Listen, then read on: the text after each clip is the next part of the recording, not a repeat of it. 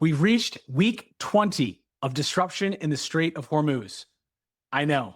And during that time, we've seen massive structural shifts to the global supply chain. So as you close out your work week, here are 4 things that you should know.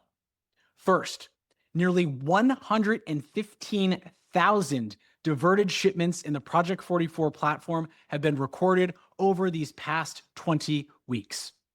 Now, that's the scale of this disruption, and it underscores what a critical link Hormuz really is in global trade. Second, diversions are plateauing rather than decreasing. Currently, this week, week 20, they're sitting at 4,635 weekly diversions. Now, here's what's interesting. In a typical black swan event, this chart should look like a mountain, a big peak, and then a rapid decline. But that is not what's happening here. After bottoming out in weeks 10 and 11, diversions rose again, and then have generally held that plateau ever since. And while this number is lower than it was in weeks 4 and weeks 5, this figure for week 20 is still 4 times the pre-conflict baseline for diversions. So what is a diversion?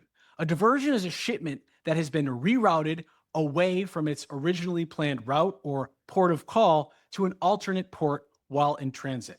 What that means is that while it was on the move, the destination changed. Now, what that number doesn't tell us is what's happening as a result.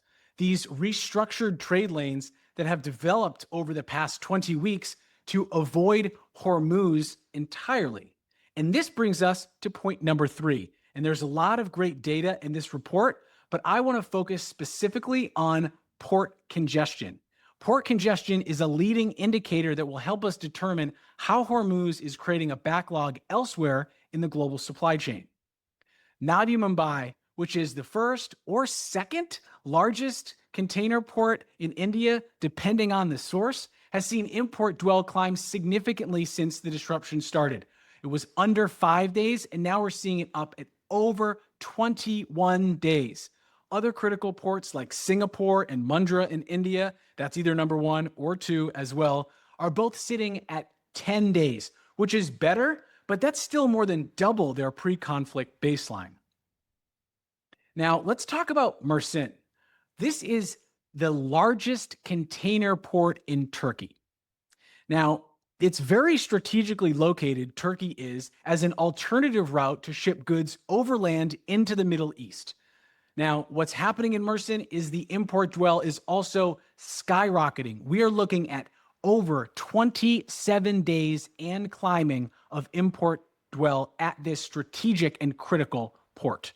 Fourth, and here's why it all matters, and here's where it comes together. The Gulf doesn't just move a large share of the world's crude oil. It's also a major artery for petrochemical feedstocks.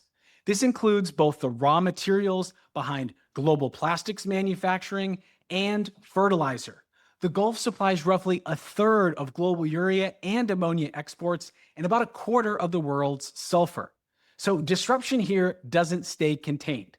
It hits planting season for major agricultural exporters like Brazil and India, and it ripples into plastics-dependent manufacturing from automotive to packaging, all with no clear strategic reserve to fall back on. For the full report, click the link below or visit project44.com.